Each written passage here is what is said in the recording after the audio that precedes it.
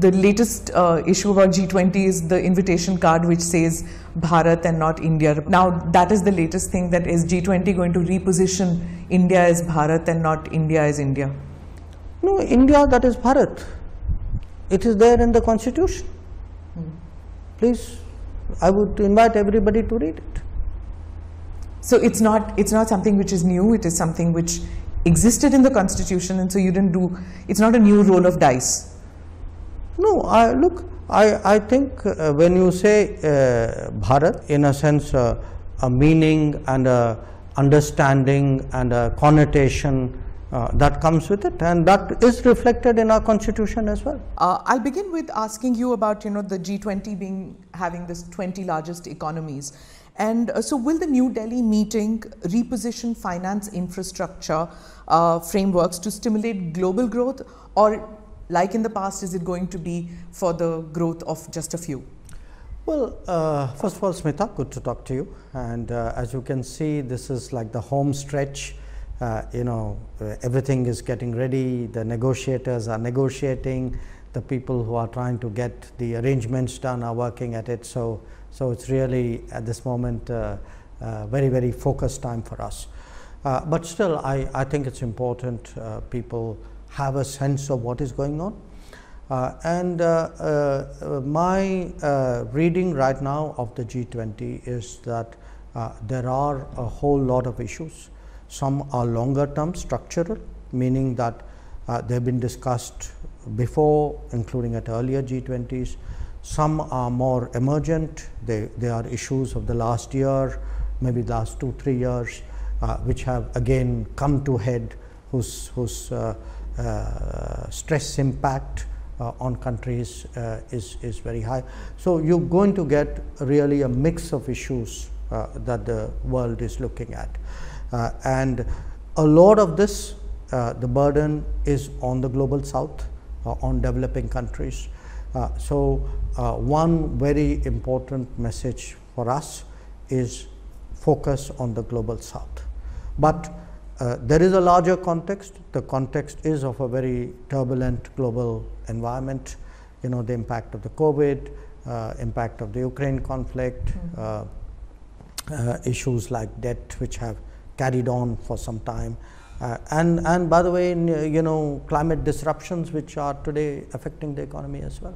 I'll come to global south because you spoke about that post BRICS also. Sure. I'll come on that, but first I'd like to ask about whether the fact that President Putin and President Xi are not going to be present at the New Delhi meet, has that cast a shadow on the summit? Not really. I mean, look, I think at different points of time in G20, there have been some presidents or prime ministers who, for whatever reason, have chosen not to come themselves. But that country and that country's position is obviously reflected by whoever is the representative on that occasion. So you've had some occasions where you've had a president or two, sometimes three, who have not themselves come. But I do think my sense from talking to the ministers certainly, and I know the Sherpas are in touch with each other. They are right now trying to hammer out the final document. I think everybody is coming with a great deal of seriousness. I mean, will it have an impact on the outcome of the meet? I would put it this way, that the issues are there. These are not issues that are this morning being taken up. I mean, there's a whole gestation period of 8-9 months where at different levels ministers or officials have tried to progress an issue. So this is like a culmination. These are really about 16-18 processes which are all coming together to be stitched up together to produce a summit. So Russia and China are not really miffed with India, and is that the reason? No. I don't think it has anything to do with India. I mean, I think whatever decision they make, I mean, they would know best, but I would not at all see it the way you would suggest. And it's not going to have an impact on the declaration itself is a complicated procedure to arrive at a consensus to have a declaration. So are we moving towards it? Are the countries moving towards that? And well, we are negotiating right now. As I said, the negotiation is not the clock did not start ticking yesterday. The clock has been ticking for some time. So typically what happens is there's a ministerial meeting. Then the ministerial meeting produces outcomes. I'll give you an example. Okay. I chaired the development ministers meeting. Okay. So when we did the development ministers meeting, there was an agreed, all 20 countries agreed that there should be an action plan to speed up the sustainable development goals achievement. All 20 countries agreed that we should have high principles for environmentally friendly lifestyle. So now if these have been already approved, either they get attached or some part of it in some summary form comes into the document. So everyone, the labor, the education, the finance is a very, very important track. I mean, correct. That's a very crucial track, because in a way that's where the whole thing began, the G20 exercise began. So every track feeds in outcomes. These are, some of them have multiple meetings like finance, some of them have a single meeting. So these outcomes are melded together and they produce a composite document. In addition, there are things which may be discussed among the Sherpas, or the leaders may also discuss some things among themselves. These meetings have been going on since the beginning of this year. Right. But is there a consensus building, and what will India see as the host? What will India see as a win-win situation? Well, I don't think it's just a matter of India seeing something. Today, the expectations of the world are very high in terms of what the G20 is able to produce, and produce in terms of meeting the challenges of the world. So if you were to go to Africa, we go to Latin America, go to parts of Asia, go to the Caribbean, go to the Pacific, everybody is today saying, okay, I have a certain set of issues.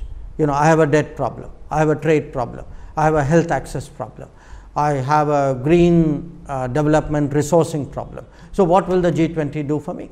So the world is waiting. So the world is waiting, or today I see it more for India as a responsibility, that we have the responsibility today in a very difficult world. It is difficult in terms of the COVID impact, difficult in terms of the conflict impact, in terms of the climate impact, in terms of debt. That's one part of it. But it's also difficult politically. There is a very sharp north-south divide. There's an even sharper east-west polarization. So how do you bring people together? How do you find common ground? How do you make everybody understand that we all have a bigger responsibility? And therefore, please, can we kind of get our act together here and do what is right by the world? As a former diplomat and now as an external affairs minister, I guess that's right up your alley to find common ground. Well, everybody has worked and is working on it. There's every minister, we have about 15 ministerial tracks. Every minister has put in the best. The Sherpa and his team have worked and are working very hard. So it's a collective effort. Sure. Right.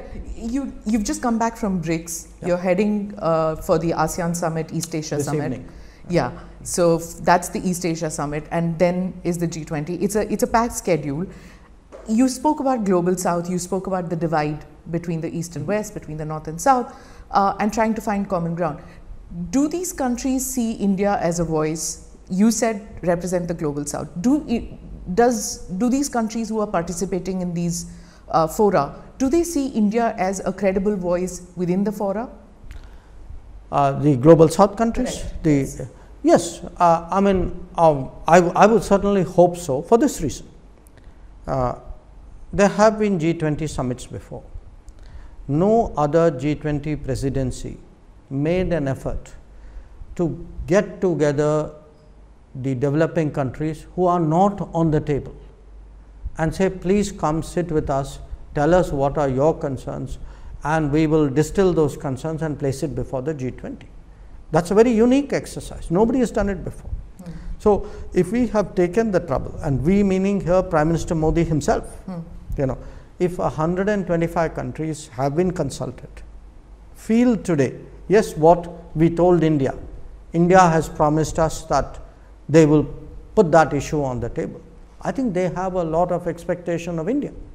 And as far as the rest of the G20 is concerned, they know that, look, we have always in G20, outside the G20, India has a reputation of being a very constructive player, someone who bridges divides, who kind of somewhere helps to fix problems. So there's a lot of goodwill that we have, and again, I stress to you, I am confident that every one of the G20 coming to Delhi will understand the responsibility that they bear, will understand today that the other 180 countries of the world are looking to them to set directions, and that they cannot afford to fail them.